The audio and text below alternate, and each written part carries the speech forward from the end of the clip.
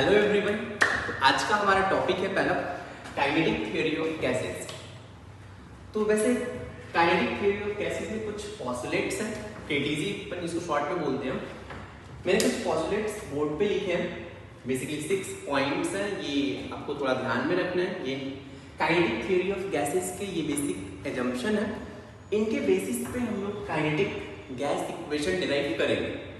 चलिए देखते हैं इसमें एजम्पशन क्या क्या है। तो पहला एजम्पशन है, first assumption is every gas molecule is made up of small और टाइनी पार्टिकल्स कॉल्ड मॉलिक्यूल। सबको पता है।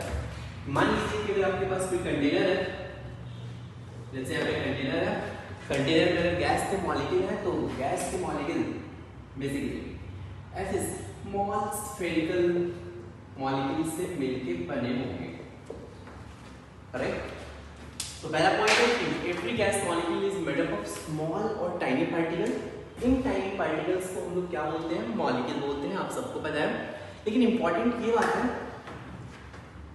therefore volume of single molecule is negligible in comparison with volume of container।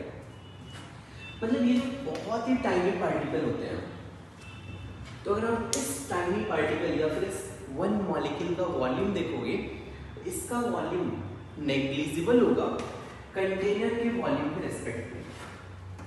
तो हम लोग क्या मानते हैं कि यहाँ पे गैस मॉलिक्यूल का वॉल्यूम ऑलमोस्ट जीरो होता है या नेग्लिजिबल होता है with respect to volume of container. पहला पॉइंट बहुत ही सिंपल, आप नोट कर सकते हैं। Every gas molecule is made up of small और tiny particles called molecule, therefore volume of single molecule is negligible in comparison with volume of container। Simple है। Second point है force of attraction between molecule is negligible. मतलब ये जो molecule है, हम ये मानते हैं कि इन मॉलिक्यूल के बीच में, दो मॉलिक्यूल के बीच में ना ही फोर्स ऑफ अट्रैक्शन है ना ही फोर्स ऑफ रिपल्शन है। मीन्स ये दोनों मॉलिक्यूल के बीच में कोई भी इंटरैक्शन नहीं हो रहा है। तो बेसिकली ये इस काइनेटिक थ्योरी ऑफ गैसेस का एजम्पशन है। इसके बेसिस पे इन्होंने कुछ फॉर्मूले डिराइव किए हैं। तो सेकेंड एजम्पशन क्या है? Force of attraction between molecule is negligible. तो आपको दो एजम्पशन याद हो गए। पहला एजम्पशन है कि गैस मॉलिक्यूल टाइनी पार्टिकल से मिलके बने होते हैं, इनको मॉलिक्यूल बोलते हैं। और गैस मॉलिक्यूल का वॉल्यूम नेग्लिजिबल होता है वॉल्यूम ऑफ कंटेनर पे। सेकेंड पॉइंट है force of attraction between molecule is negligible। third point है gas molecule move randomly and independently in straight line। मतलब क्या हुआ भाई कि अगर किसी कंटेनर में गैस के मॉलिक्यूल है, मान लीजिए, तो ये गैस मॉलिक्यूल रैंडमली ऐसे मूव करेंगे, राइट, और ऐसे कोलाइड होते रहेंगे। जस्ट ये रैंडम मोशन होता है। मान लीजिए यहाँ पे अगर मॉलिक्यूल है, बहुत सारे ऐसे मॉलिक्यूल होंगे, ये मॉलिक्यूल इससे कोलाइड करेगा, कोलाइड होने के बाद फिर इसका डायरेक्शन चेंज हो जाएगा ऐसे, फिर इसके साथ कोलाइड करेगा, फिर डायरेक्शन चेंज होगा, फिर ऐसे डायरेक्शन चेंज होगा, किसी के साथ कोलिजन होते रहेगा। मींस मॉलिक्यूल आइदर वॉल से कोलाइड हो सकता है या फिर मॉलिक्यूल किसी और मॉलिक्यूल से कोलाइड हो सकता है। तो ये रैंडमली मूव करेंगे, कोलिजन होते रहेगा। कोलिजन के बीच में जो इनका पाथ है ये स्ट्रेट लाइन होता है। तो ये थर्ड पॉइंट है gas molecule move randomly and independently in straight line. Fourth point देख लीजिए, collision between molecule is perfectly elastic. Of course molecule में कोलिजन होता है, लेकिन ये कोलिजन इलास्टिक होता है। आप फिजिक्स में पढ़ोगे कि कोलिजन दो टाइप के होते हैं, elastic collision and non elastic collision. तो इलास्टिक कोलिजन क्या होता है भाई कि अगर कोलिजन हो रहा है और अगर मोमेंटम और एनर्जी का ट्रांसफर नहीं हो रहा है, मान लीजिए मॉलिक्यूल है, कोलाइड किया, फिर निकल गया यहाँ से। कोलिजन के बाद और पहले आपने देखा कि कोलिजन के पहले अगर एनर्जी ई है, बाद में भी मॉलिक्यूल का एनर्जी ई है। मीन्स मॉलिक्यूल का एनर्जी चेंज नहीं हुआ, मॉलिक्यूल का एनर्जी ट्रांसफर मॉलिक्यूल ने नहीं किया, तो ऐसे कोलिजन को बोलते हैं इलास्टिक कोलिजन। इलास्टिक कॉलिजन क्या होता है फिर से बता देता हूँ, आप डेफिनेशन पढ़ोगे फिजिक्स में। इलास्टिक कॉलिजन मींस कॉलिजन में, ये कॉलिजन हो रहा है, कॉलिजन में अगर एनर्जी ट्रांसफर या फिर मोमेंटम का चेंज ना हो तो बोलते हैं इलास्टिक कॉलिजन। लेकिन अगर मैंने ऐसे कॉलिजन किया, लेट्स मान लीजिए कि ऐसे मैंने कॉलिजन किया और एनर्जी का चेंज हो गया, पहले बहुत ज़्यादा एनर्जी था और अभी कम एनर्जी हो गया, तो ऐसे कॉलिजन को बोलते हैं नॉन इलास्टिक कॉलिजन। क्लियर? तो हमने ये माना है कि जो गैसेस मॉलिक्यूल के बीच में कॉलिजन होता है ये इलास्टिक कॉलिजन होता है। तो चलिए पॉइंट नंबर 4 भी आपको याद हो गया। Fifth point, the effect of gravity is negligible on gases molecule. ये आप खुद से विजुअलाइज कर सकते हो यार, यहाँ भी इस रूम में भी गैस के मॉलिक्यूल होंगे। इमेजिन करो कि अगर force of gravity important role play करता तो क्या होता कि यहाँ पे जो भी ऊपर के मॉलिक्यूल हैं सब नीचे सेटल हो जाते। अगर सब नीचे सेटल हो गए तो क्या हुआ कि बॉटम में, इस रूम के बॉटम में आपको गैस के मॉलिक्यूल मिलेंगे, ऊपर गैस के मॉलिक्यूल रहेगा ही नहीं। आप ऐसे ही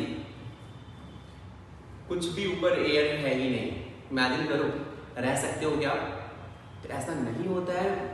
रूम में ऊपर भी गैस के मॉलिक्यूल रहते हैं, नीचे भी गैस के मॉलिक्यूल रहते हैं। इट मीन्स आप बोल सकते हो कि ग्रेविटी का जो इफेक्ट होता है ये नेग्लिजिबल होता है गैस के मॉलिक्यूल पे। पांचों पॉइंट आपको याद हो गए होंगे। पहला पॉइंट क्या था? गैस के मॉलिक्यूल टाइनी पार्टिकल से मिलकर बने हैं, इनको मॉलिक्यूल बोलते हैं। और साइज ऑफ मॉलिक्यूल नेग्लिजिबल होता है वॉल्यूम ऑफ कंटेनर के। पॉइंट नंबर 2 क्या था? Force of attraction between molecule is negligible. Point number 3 क्या था? गैस मॉलिक्यूल स्ट्रेट लाइन में मूव करते हैं। पॉइंट नंबर 4 क्या था? यहाँ पे collision between molecule is elastic. Point number 5, gravity का कोई रोल नहीं होता है, ग्रेविटी का इफेक्ट नेग्लिजिबल होता है। एंड पॉइंट नंबर 6 है average kinetic energy of gases molecule depends on temperature. तो अगर देखो हुआ क्या कि बहुत सारे मॉलिक्यूल हैं, ठीक, अगर बहुत सारे मॉलिक्यूल हैं कंटेनर में तो सबका स्पीड डिफरेंट हो सकता है। कोई डिफरेंट C1 स्पीड से मान लो, तो कोई C2 स्पीड से, कोई C3 स्पीड से, कोई C4 स्पीड से, कोई C5 स्पीड से, सब रैंडम स्पीड से मूव कर सकते हैं। तो काइनेटिक एनर्जी हाफ mv² होता है। तो सबका काइनेटिक एनर्जी डिफरेंट हो सकता है।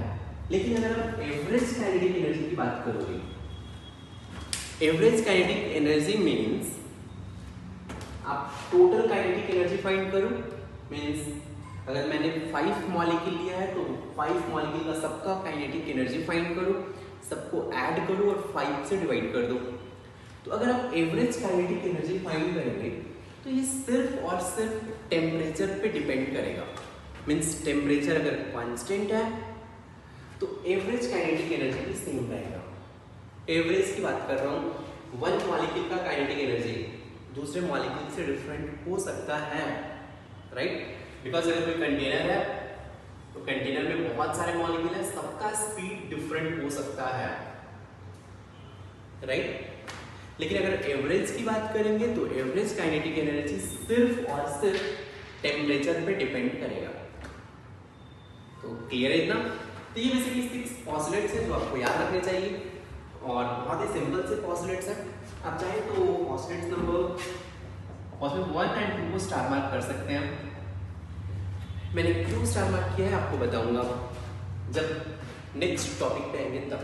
अभी के लिए आप सिर्फ दोनों पॉस्टुलेट पे स्टार मार्क कर लें। चलिए नेक्स्ट आता है।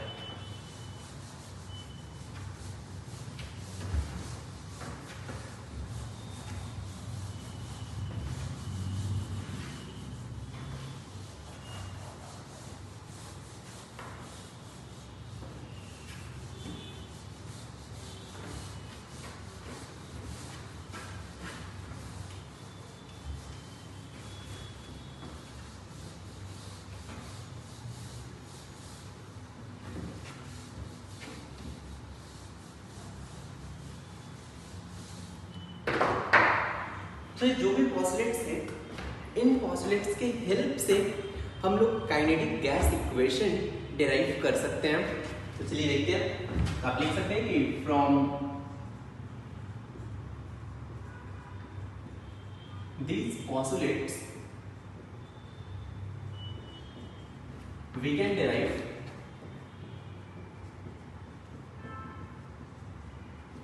kinetic gas equation EQUN, मतलब ये इक्वेशन है। तो ये काइनेटिक गैस इक्वेशन क्या होता है, मैं ये इक्वेशन लिख देता हूँ। Kinetic gas equation is PV equals to 1/3 m n CRMS square. तो इस इक्वेशन को बोलते हैं kinetic gas equation. This equation is kinetic gas equation, right. तो टर्म्स क्या क्या है यहाँ पे, मैं ये लिख देता हूँ। सो आई कैन से कि P is pressure, V is volume of container, volume of container 1/3 पता है। Small m is mass of one molecule,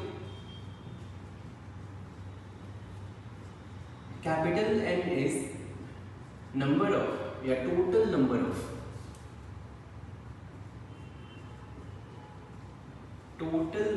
of molecule in the container, and CRMS square है। CRMS क्या होता है, CRMS is root mean square speed या velocity भी बोल सकते हो। हमारे लिए केमिस्ट्री में स्पीड और वेलोसिटी सेम चीज़ है। वैसे फिजिक्स में स्पीड स्केलर है और वेलोसिटी वेक्टर है, लेकिन हम इंटरचेंज कर लेते हैं, ठीक ना। भले ही शब्द अलग अलग हैं लेकिन भावनाएं सेम है।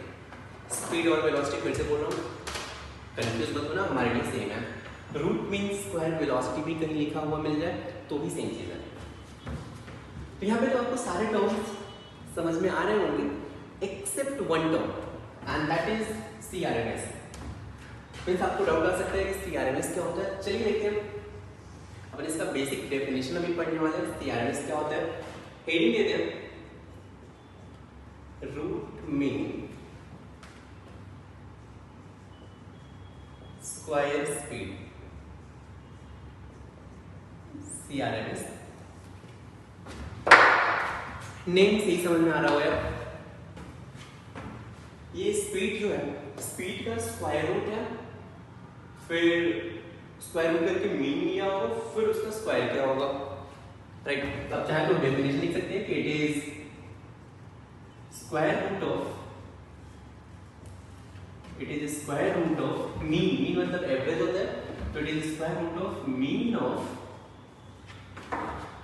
स्क्वायर ऑफ, मीन मतलब एवरेज, तो इट इज स्क्वायर रूट क्या, root of mean of square of speed.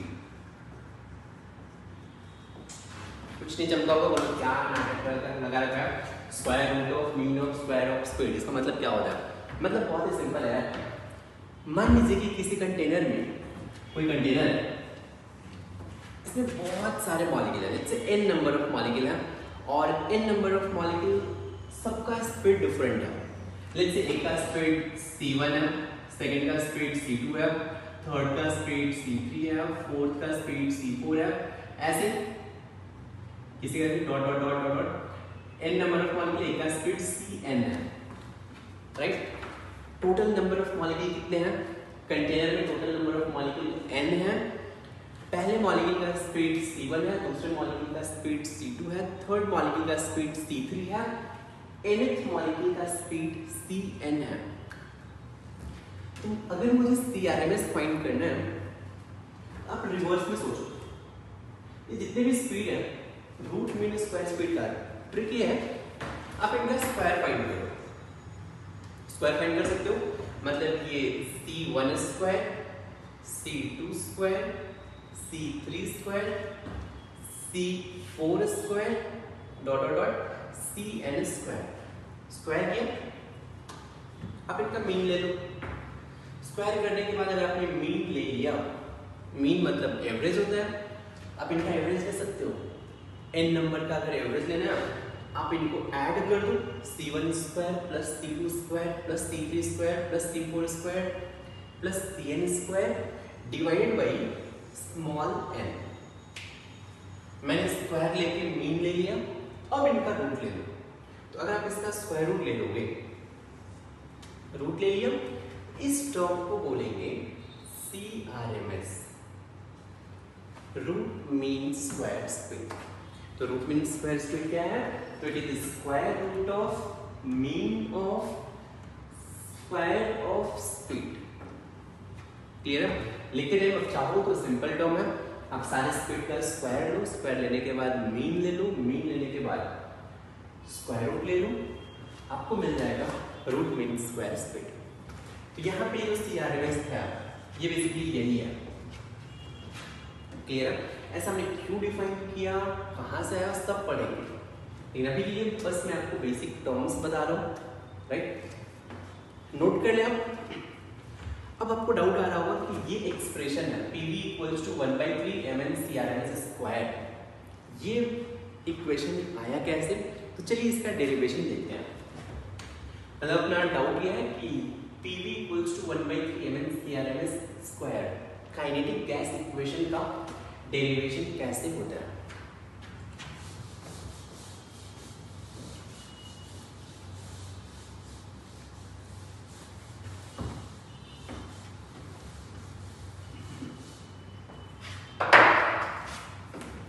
चलिए मैं आपको सिंपल सा मैं बता दूं, वेक्टर में आपने पढ़ा होगा कि अगर लेट्स से ये एक्स एक्सिस है और मान लेते चलो ये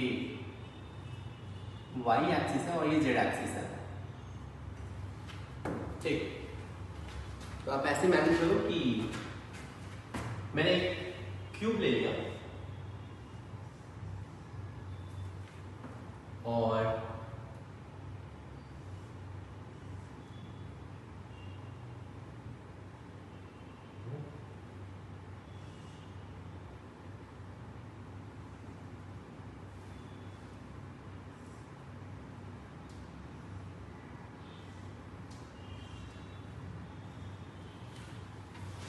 आपको क्यूब दिख रहा होगा। मान लीजिए कि ये मेरा ओरिजिन है, सेंटर है ये जो एक्सिस दिख रहा है, चलिए मैं रेड से लिख देता हूँ।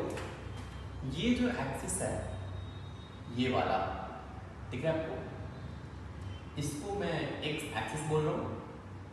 ये जो ऊपर जा रहा है इसको मैं वाई एक्सिस बोल रहा हूँ और इस डायरेक्शन को जेड एक्सिस बोल रहा हूँ। सिंपल है, थोड़ा विजुअलाइज करें आप, बहुत ही सिंपल हो जाएगा। मतलब वही मैंने यहाँ पे ये एक्स एक्सिस है, ऊपर ये वाई एक्सिस है, ये वाई एक्सिस है और इस साइड ये जेड एक्सिस आ रहा था, यहाँ पे ये जेड एक्सिस है। क्लियर? आप इमेजिन करिए क्यूब रख के एक्स एक्सिस वाई एक्सिस और बाहर जेड एक्सिस आ रहा है। राइट, अगर लेट्स से किसी मॉलिक्यूल का 3D में अगर स्पीड c है तो आप इसको x, y, z तीनों कंपोनेंट में ब्रेक कर सकते हैं। और आपने फिजिक्स में पढ़ा होगा, लेट्स से अगर वेलोसिटी c है तो c square will be equal to vx square plus vy square plus vz square. अगर वेलोसिटी c है तो अगर आप इस c को x कंपोनेंट में ब्रेक करेंगे तो यहाँ पे vx आएगा, y कंपोनेंट में ब्रेक करेंगे तो vy आएगा, z कंपोनेंट में ब्रेक करेंगे vz आएगा। बहुत सिंपल है। मॉलिक्यूल 3D में कहीं भी मूव कर सकता है और अगर ये 3D में कहीं भी मूव कर रहा है तो मैंने x एक्सिस के लॉन्ग इसका कंपोनेंट फाइंड किया vx, y एक्सिस के लॉन्ग कंपोनेंट फाइंड किया vy, z एक्सिस के लॉन्ग कंपोनेंट फाइंड किया vz मिल गया। सिंपल है। अब मैं क्या करने वाला हूँ, देखो मॉलिक्यूल लेट्स से अगर यहाँ पे ये रूम आप इमेजिन करो कि यहाँ पे रूम में बहुत सारे मॉलिक्यूल हैं, ये मॉलिक्यूल प्रेशर एक्सर्ट करेंगे। तो गैस मॉलिक्यूल प्रेशर कैसे एक्सर्ट करते हैं, इसका बहुत ही सिंपल सा एक्सप्लेनेशन होता है। प्रेशर होता है, pressure is force by area. सबको पता है, आपने बचपन में पढ़ा होगा, force by area will be called pressure. अब मान लीजिए ये गैस मॉलिक्यूल है, ये गैस मॉलिक्यूल मान लीजिए ये अगर कंटेनर का वॉल है, आपको ये जो बोर्ड दिख रहा है, जैसे इस रूम का एक वॉल है, राइट? तो ये गैस मॉलिक्यूल मूव करेंगे, रैंडम डायरेक्शन में मूव करते रहेंगे, जैसे ये कंटेनर के वॉल से कोलाइड होंगे, कोलाइड हुए बहुत सारे मॉलिक्यूल कोलाइड हो जाएंगे, राइट? तो अगर ये गैस मॉलिक्यूल कंटेनर के वॉल से कोलाइड होंगे, अगर वॉल से कोलाइड होंगे तो आप देख रहे होंगे ये गैस मॉलिक्यूल कंटेनर के सरफेस पे कुछ फोर्स एक्सर्ट कर रहा है। क्या एक्सर्ट कर रहा है? फोर्स एक्सर्ट कर रहा है। तो अगर ये गैस मॉलिक्यूल कंटेनर के वॉल पे फोर्स एक्सर्ट करेगा, ऐसे बहुत सारे गैस मॉलिक्यूल कोलाइड हो जाएंगे, बहुत सारे गैस मॉलिक्यूल ऐसे कोलाइड हो जाएंगे, राइट? तो ये गैस मॉलिक्यूल कंटेनर के वॉल पे कोलाइड होंगे, फोर्स एक्सर्ट करेंगे। आप नेट फोर्स फाइंड कर लो डिवाइडेड बाय इस कंटेनर का ये जो वॉल है इसका एरिया फाइंड कर लो। फोर्स पर यूनिट एरिया क्या मिल जाएगा? प्रेशर मिल जाएगा। तो आपने ये समझा कि गैस मॉलिक्यूल प्रेशर कैसे एक्सर्ट करते हैं, प्रेशर का ओरिजिन क्या होता है। तो गैस मॉलिक्यूल कंटेनर के वॉल पे कोलाइड करते हैं, कोलाइड करेंगे तो फोर्स एक्सर्ट करेंगे, फोर्स एक्सर्ट करेंगे, फोर्स को मैं एरिया से डिवाइड करूंगा, फोर्स बाय एरिया क्या मिल जाएगा? प्रेशर मिल जाएगा। क्लियर है क्या? तो चलिए मेरा टारगेट यही है कि ये क्यूब दिख रहा है, कंटेनर है, मुझे फाइंड करना है कि इसमें n नंबर ऑफ मॉलिक्यूल है, राइट? मुझे फाइंड करना है कि ये मॉलिक्यूल इस कंटेनर के वॉल पे कितना फोर्स एक्सर्ट कर रहे हैं।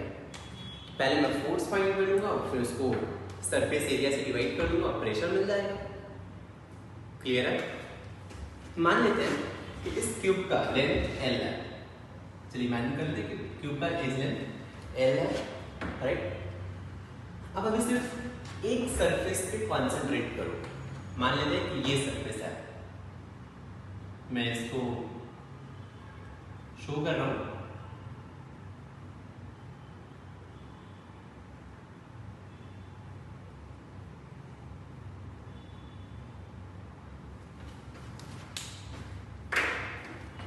आपको एक क्यूब का सरफेस एरिया दिख रहा होगा, ठीक है ना? इस क्यूब का एक सरफेस एरिया है, राइट? और मॉलिक्यूल मूव कर रहा है, मॉलिक्यूल देखिए मूव करेगा तो इस एक्स एक्सिस के परपेंडिकुलर है ये सरफेस। थोड़ा सा 3D में इमेजिन करो, दिख जाएगा कि एक्स एक्सिस के परपेंडिकुलर है ऐसा। तो जो इसका मॉलिक्यूल का एक्स कंपोनेंट है Vx, मतलब होगा क्या? एक मॉलिक्यूल है, मास मान लेते हैं मॉलिक्यूल का m है, वन मॉलिक्यूल का मास m है, एक्स एक्सिस के अलोंग इसका वेलोसिटी Vx है। अगर वेलोसिटी c है तो एक्स एक्सिस के अलोंग कंपोनेंट Vx होगा, मास m, वेलोसिटी Vx है, ये इससे कोलाइड होगा। तो क्या होगा? ये मॉलिक्यूल इससे कोलाइड होगा, कोलाइड हुआ, फिर क्या होगा? ये रिवर्ट बैक जाएगा, राइट? फिर इससे कोलाइड होगा, फिर रिवर्ट बैक आएगा। मतलब ऐसे मॉलिक्यूल मैं इमेजिन कर रहा हूँ कि सिर्फ एक्स एक्सिस के अलोंग मोशन हो रहा है, वाई एंड जेड एक्सिस का मैं बाद में एनालिसिस करूंगा। तो एक्स एक्सिस के अलोंग क्या हो रहा है? ये मॉलिक्यूल गया, कोलाइड हुआ, फिर दूसरे सरफेस से कोलाइड होगा, फिर इस सरफेस से कोलाइड होगा, फिर सरफेस से कोलाइड होगा। क्लियर है? इमेजिन करो कि अगर मॉलिक्यूल का वेलोसिटी Vx है, कॉलिजन से पहले, जब यहाँ पे कॉलिजन हुआ है, कॉलिजन से पहले मॉलिक्यूल का मोमेंटम क्या रहेगा? मोमेंटम का फॉर्मूला पता है, मास इनटू वेलोसिटी। इस डायरेक्शन में वेलोसिटी Vx है, तो मैं लिख सकता हूँ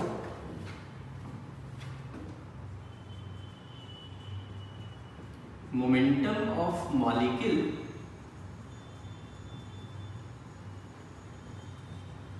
बिफोर कॉलिजन,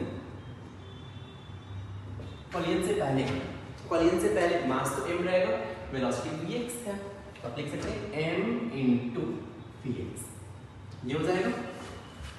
अब मुझे क्या करना है, मोमेंटम ऑफ मॉलिक्यूल,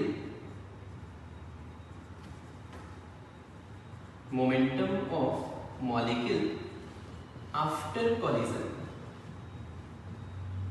ये कितना होगा? देखिए जैसे ही कोलाइड होगा, कोलाइड होने के बाद अब ये नेगेटिव एक्स डायरेक्शन में मूव कर रहा है, बस थोड़ा सा ध्यान देना।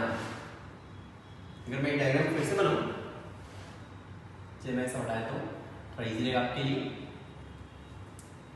मास m है, वेलोसिटी vx है, इस डायरेक्शन में कोलाइड हुआ, अब यहाँ पे मास m रहेगा, अब velocity since negative x direction में मूव कर रहा है, मैं बोलूँगा कि वेलोसिटी माइनस vx हो गया, नेगेटिव डायरेक्शन है तो momentum of molecule after collision कितना हो जाएगा? तो this will B m into velocity is minus vx। Clear है? तो मोमेंटम कॉलिजन के पहले m टाइम्स vx था, आफ्टर कॉलिजन मोमेंटम हो गया m टाइम्स माइनस vx। आप यहां से लिख सकते हैं कि change in momentum,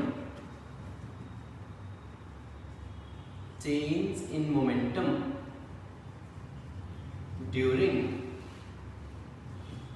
one collision. तो मोमेंटम में चेंज कितना हो रहा है? मुझे सिर्फ मैग्नीट्यूड चाहिए, मैं चाहूँ तो मॉड लगा सकता हूँ, इन दोनों को सब्सट्रैक्ट करो, कितना मिल जाएगा? 2 टाइम्स mvx। मुझे सिर्फ मैग्नीट्यूड से मतलब है, तो change in momentum during one collision is 2 times mvx हो गया। क्लियर है? अब बात करते हैं, ये तो हो गया कि वन कॉलिजन में चेंज इन मोमेंटम कितना हो गया। अब आप ये बताओ, यहाँ पे कॉलिजन हुआ, फिर ये मॉलिक्यूल जैसे ही कोलाइड करेगा, फिर नेक्स्ट यहाँ पे मूव करेगा, l डिस्टेंस मूव करेगा, फिर l डिस्टेंस वापस आएगा, फिर कोलाइड करेगा। ध्यान से सुनना, मॉलिक्यूल कोलाइड हुआ, कोलाइड होने के बाद l डिस्टेंस मूव करेगा, फिर l डिस्टेंस मूव करेगा, तब फिर सेम प्लेस पे कोलाइड करेगा, राइट? तो ये जब वन कॉलिजन हुआ, फिर नेक्स्ट कॉलिजन करने के लिए इसी सरफेस पे कितना टाइम लगेगा? तो टाइम होता है डिस्टेंस बाय स्पीड, राइट? तो डिस्टेंस इसने ट्रैवल किया 12 और स्पीड है इसका vx। तो आप डिस्टेंस को अगर स्पीड से डिवाइड कर देंगे तो आपको वन कॉलिजन में कितना टाइम लगेगा ये मिल जाएगा। तो मैं ऐसे बोल सकता हूँ कि time taken during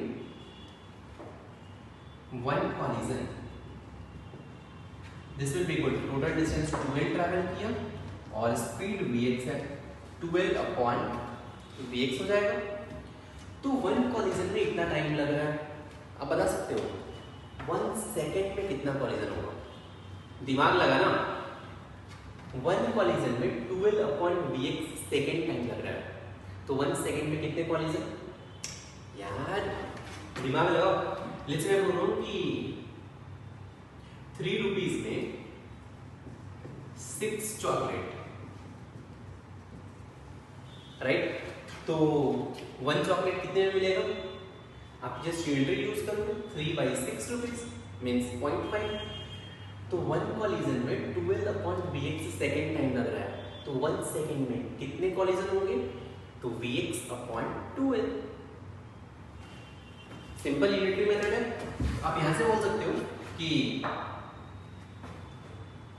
number of collision in 1 second, this will be equal to one collision में 12 अपॉन vx सेकेंड, तो 1 सेकेंड में कितने कॉलिजन?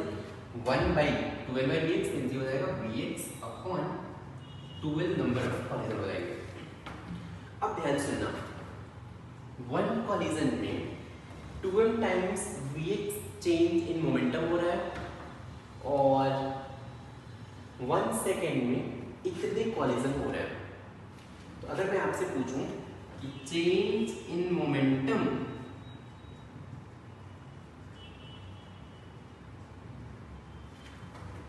पर सेकेंड ये कितना हो जाएगा? 1 सेकेंड में Vx upon 2l number of collision हो रहे हैं और 1 कॉलिजन में 2m times Vx change in momentum है। तो टोटल चेंज इन मोमेंटम पर सेकंड कितना हो जाएगा, दोनों को मल्टीप्लाई करना पड़ेगा। तो ये हो जाएगा 2m times Vx into Vx upon 2l। तो ये कितना हो जाएगा, m Vx square upon l। ये पार्ट आपको समझ में आ रहा होगा। 1 सेकेंड में number of collision Vx upon 2l है और 1 कॉलिजन में ही इतना चेंज हो रहा है, तो number of collision Vx upon 2l है, तो टोटल चेंज कितना हो जाएगा, Vx upon 2l into 2m upon Vx। I hope इतना क्लियर होगा। अब अपन बात करते हैं, ये तो हो गया चेंज इन मोमेंटम पर second m Vx square upon l। तो 1 सेकेंड में इस सरफेस से चेंज इन मोमेंटम हो रहा है m Vx square upon l। अगर अब मैं आपसे पूछूं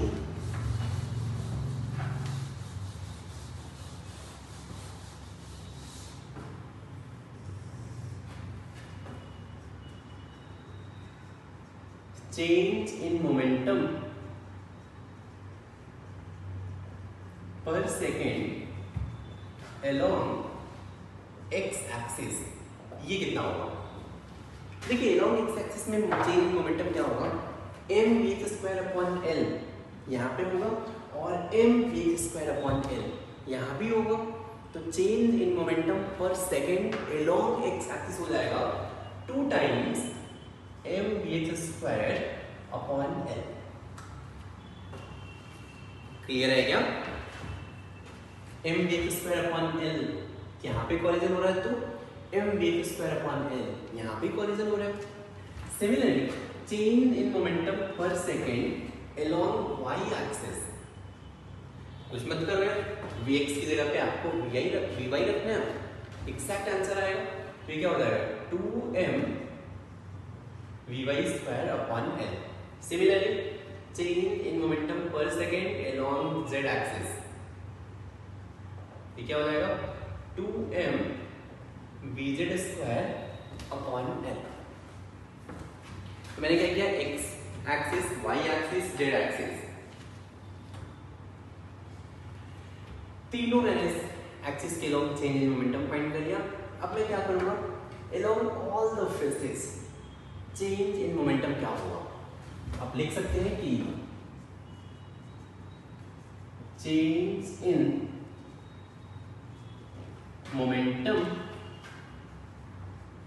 पर second along all the faces equals to, ये तीनों को ऐड कर दो, 2m Vx square upon l plus 2m Vy square upon l plus 2m Vz square upon l। तो अगर आप यहाँ से 2m by l कॉमन लेंगे तो 2m by l Vx square plus Vy square plus Vz square, इसी जगह पे मैं c स्क्वायर लिख सकता हूँ, तो 2m upon l c square.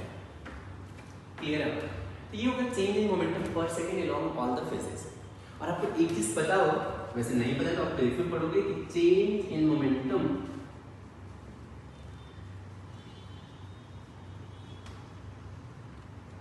पर सेकेंड इज कॉल्ड फोर्स।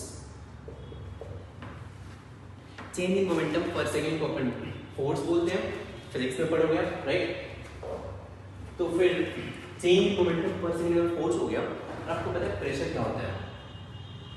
तो pressure is force by area.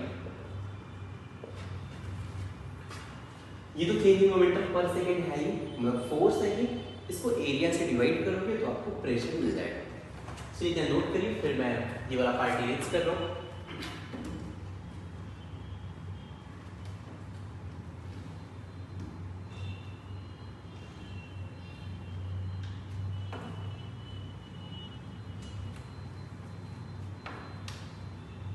चलिए फिर मैं इरेज कर रहा हूँ इस पार्ट को।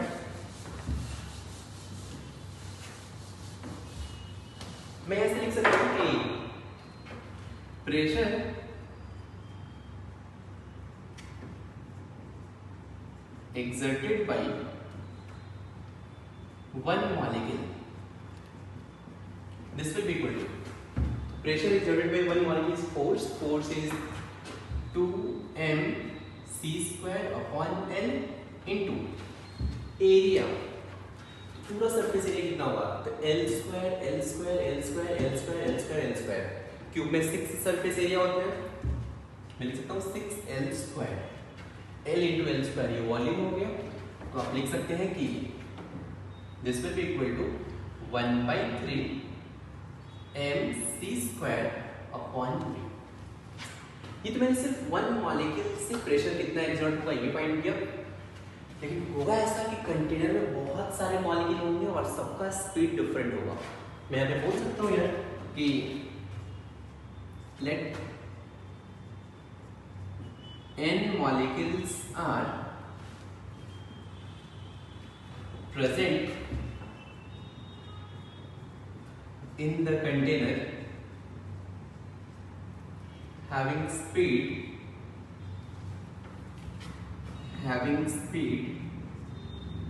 n1, सॉरी चलो c1 ले देता हूँ, c1 c2 c3 c4 cn, n molecule है और सबका speed c1 c2 c3 cn है, तो टोटल प्रेशर बता सकते हैं, तो आप बोल सकते हो total pressure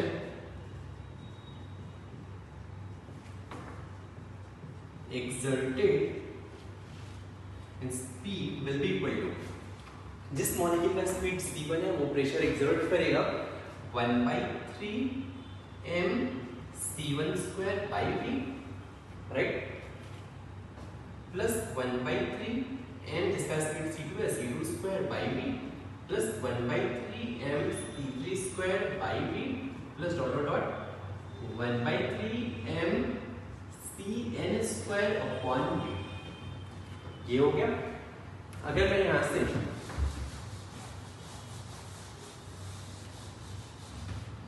one by three M by we common ले लूं तो P equals to 1/3 m by v, क्या मिल जाएगा, c1 square plus c2 square plus c3 square plus dot dot dot cn square, ये मिल जाएगा।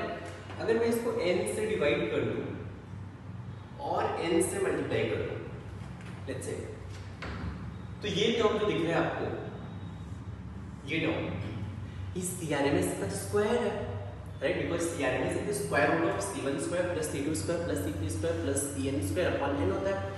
मैं लिख सकता हूँ कि pressure equals to 1/3 m n अपॉन v CRMS स्क्वायर, राइट, यहाँ से PV equals to 1/3 m n CRMS square. यही एक्सप्रेशन था kinetic theory of equation, kinetic gas equation. Clear है, नोट कर लें।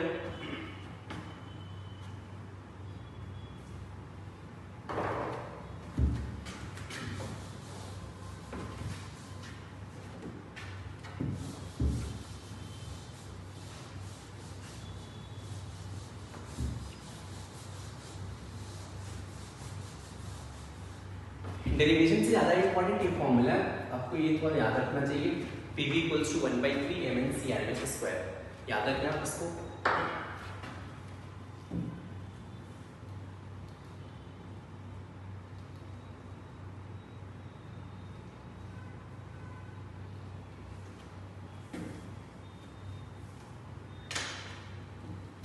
चलिए अपन इसी में थोड़ा सा आगे और बढ़े।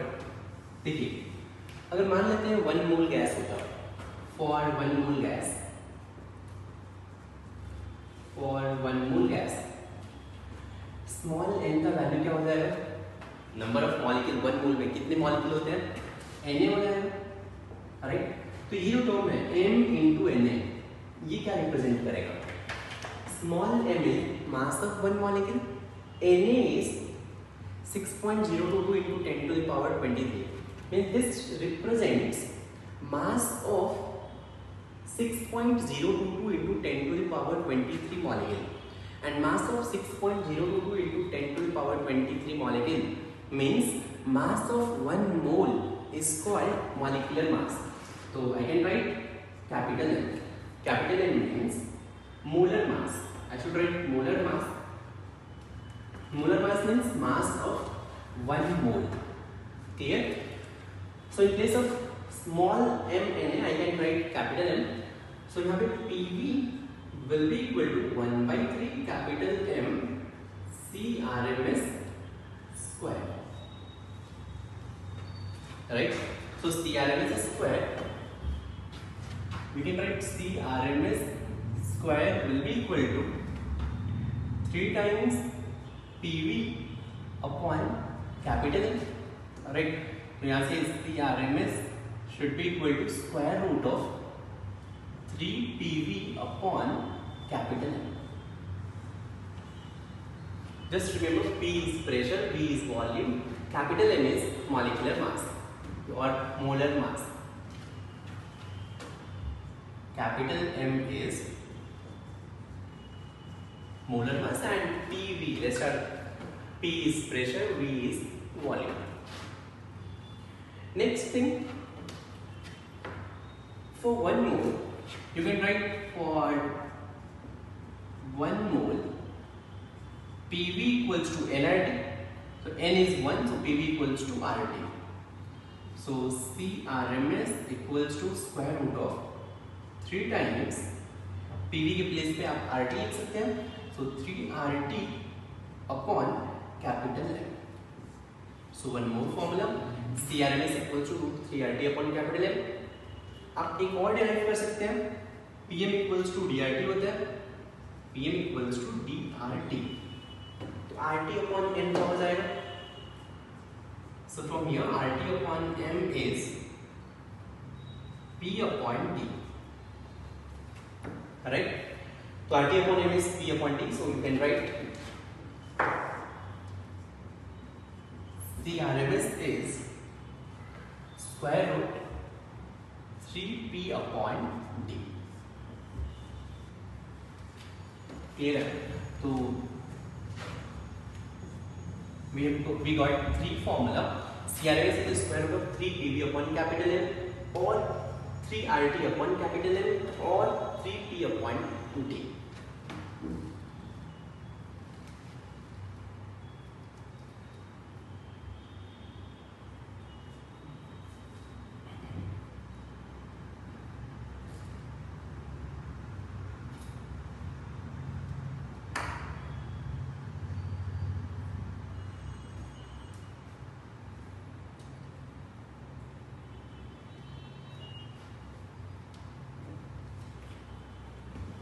चलिए यहाँ से आप एक चीज ध्यान में रख सकते हैं, CRMS is square root 3 RT upon capital M. तो for any gas, capital M is fixed, right? Molar mass is fixed, capital R is also fixed. So CRMS depends only on temperature. तो आप ये point note कर सकते हैं कि for any gas, CRMS depends only on temperature. लिख लीजिए कि CRMS depends only on temperature.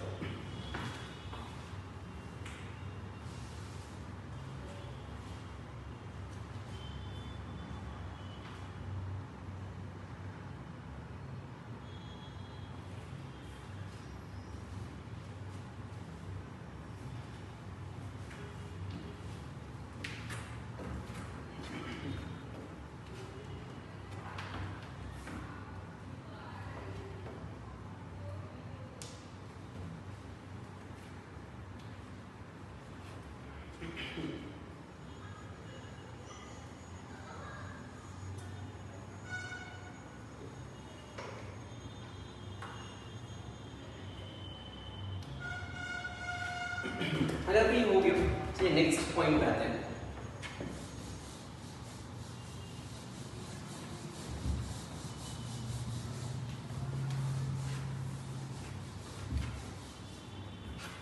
Next आते हैं काइनेटिक एनर्जी.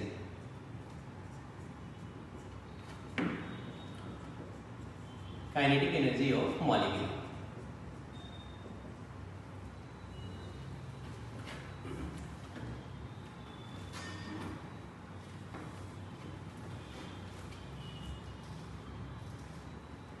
चलिए अगर मैं बात करूं काइनेटिक एनर्जी ऑफ मॉलिक्यूल में, लेट्स से मैं मान रहा हूं कि n मॉलिक्यूल है और सबका speed c1 c2 c3 cn है। Let n molecules are present having speed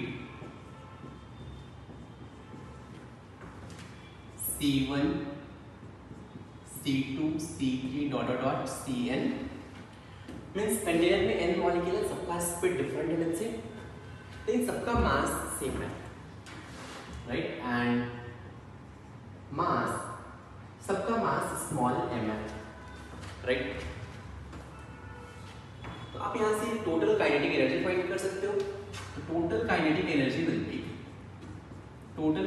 will be half m c1 square पहले मॉलिक्यूल का, दूसरे मॉलिक्यूल का हो जाएगा half m c2 square half m c3 square plus dot dot dot half m cn square. Clear है? अगर आप ऐसे हाफ और m कॉमन ले लो तो क्या बचेगा, c1 square plus c2 square plus c3 square plus dot dot dot cn square. Clear है क्या? और अगर मैं इसको n से डिवाइड कर दूं और n से मल्टीप्लाई कर दूं, क्लियर है? तो यहां से आपको क्या मिलेगा, हाफ m n, ये टर्म क्या रिप्रेजेंट करता है, c1 square plus c2 square plus c3 square plus dot dot dot cn square upon n, ये CRMS स्क्वायर है, राइट। मैं लिख सकता हूँ half m n CRMS square. Clear है? तो यहाँ से आप total kinetic energy half m n CRMS square बोल सकते हैं। बहुत ही सिंपल सा डेरिवेशन है। अब अगर मैं बात करूँ यहाँ से रिलेट करना चाहूँ, PV equals to 1/3 mn CRMS square होता है।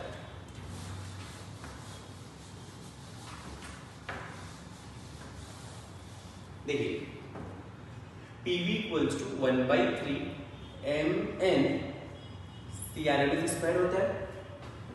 अगर मैं इस टर्म को थोड़ा सा रीअरेंज करूं, मैं लिख दूं PV इक्वल्स टू 1/3 और 2 से मल्टीप्लाई कर दूं और 2 से डिवाइड कर दूं, मतलब मैं लिख दूं 1/2 mn CRMS स्क्वायर। किसी को डाउट नहीं होगा, 2 से मैंने मल्टीप्लाई किया, 2 से डिवाइड किया, तो ये term half mn CRMS square क्या रिप्रेजेंट करता है, half mn CRMS square is kinetic energy. तो इसके प्लेस में मैं लिखता हूँ काइनेटिक एनर्जी, तो PV equals to 2/3 kinetic energy. तो यहाँ से काइनेटिक एनर्जी क्या हो जाएगा, kinetic energy will be 3/2 times PV। ये फॉर्मूला होगा काइनेटिक एनर्जी का। और आपको पता है आइडियल गैस इक्वेशन में PV इक्वल्स टू nRT होता है, तो आप ये भी लिख सकते हो कि total kinetic energy is 3/2 nRT। ये कहां से लिखा मैंने, because since PV equals to nRT। Clear है? फिर आप ये भी बोल सकते हो कि अगर 1 मोल है, फॉर 1 मोल, 1 मोल के लिए n का वैल्यू 1 हो जाएगा। तो यहां से kinetic energy per mole this will be equal to 3/2 RT। तो ये होगा काइनेटिक एनर्जी का फॉर्मूला। आपने देखा था जो मैंने पॉस्टुलेट्स लिखवाया था, उसमें लिखा था kinetic energy depends only on temperature. अब देखिए किसी भी गैस के लिए काइनेटिक एनर्जी में सिर्फ टेम्परेचर का टर्म है, तो काइनेटिक एनर्जी सिर्फ और सिर्फ टेम्परेचर पे डिपेंड करता है। क्लियर है? नोट कर लें।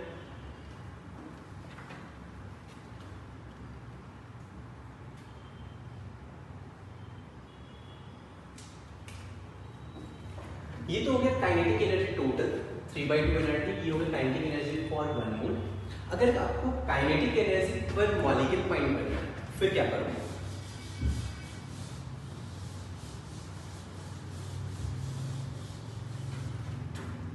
नेक्स्ट इज काइनेटिक एनर्जी पर मॉलिक्यूल। तो 1 मोल के लिए 3/2 RT है, तो पर मॉलिक्यूल के लिए ये हो जाएगा 3/2 RT डिवाइडेड बाई Na कर दो। क्लियर है? एवोगाड्रो नंबर से डिवाइड कर दोगे तो ये पर मॉलिक्यूल मिल जाएगा। तो this will be equal to 3/2 R upon Na times T।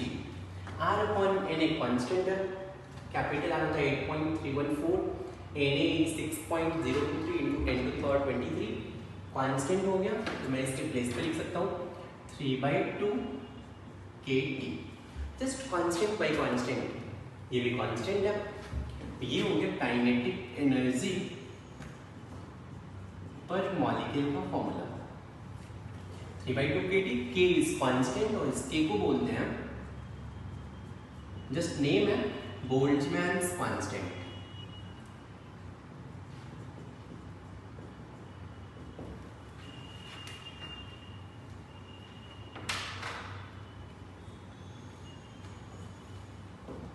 तो यहाँ से K equals to R upon Na, और अगर इसका वैल्यू फाइंड किया जाए तो 1.38 into 10 to the power -23 joule पर केल्विन, या फिर 1.38 इंटू 10 टू द पावर -16 और पर केल्विन। ये वैल्यू आप याद रखें।